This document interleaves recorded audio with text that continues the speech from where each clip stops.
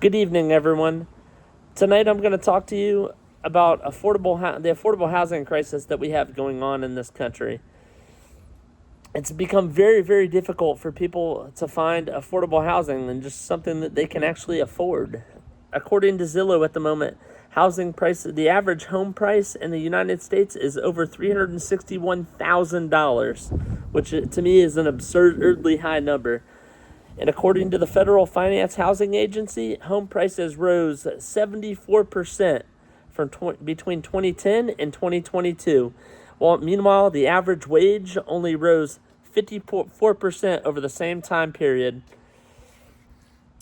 According to Zillow as well, the average rent right now is $1,825, which is insane to me considering back in 2015, when I got my first apartment, I was paying $725 a month for a 2-bed, 2-bath. And this number also spikes when you look into certain states and major cities. And a lot of this is spurred by supply and demand. That's why you see hopefully you see so much development going on, because as supply rises, hopefully demand will go down a little bit, but also realize that in order for places to be profitable, they're only going to try to produce so much during a time period to keep the price kind of where it is, which is unfortunate.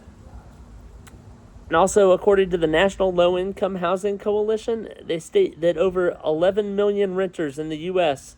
spend more than half their income on housing. This makes it incredibly difficult for households to meet their other basic needs like food, electricity, having a car, insurance, a way to get to and from work, school, meet their own basic medical needs. Which is why it's great that cities like Seattle and Austin are sharing ideas, which is a great intergovernmental issue and an example of a horizontal one, because it is city to city.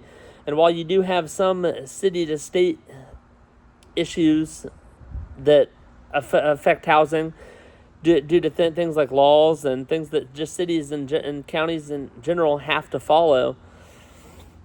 But one thing that the city of Seattle has been doing are called accessory dwelling units, and they've really increased the number of those that they've allowed. And those are basically, they're like mother-in-law suites. It's a separate structure from the main home, which has its own kitchen, bathroom, and everything else that you would need just like to meet your basic essentials in a place to live.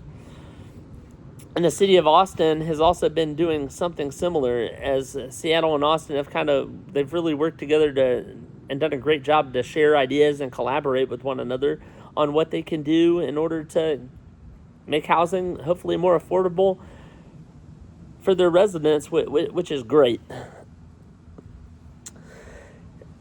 They also have looked at shared housing funds in cities and counties. This is where basically multiple cities or counties areas can pool money together to compound, to basically give yourself a larger resource pool in order to actually make something happen. You get better funding that way.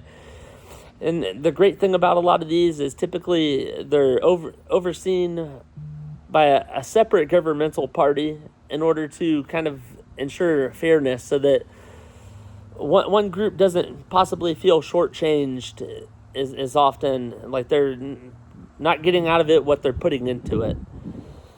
And it's great that you have municipalities working together in order to collaborate and just see what they can do to help one another. And hopefully it'll also lead to them doing the same in other issues like transportation, what they could possibly do about all the homeless people, in order to really help people out.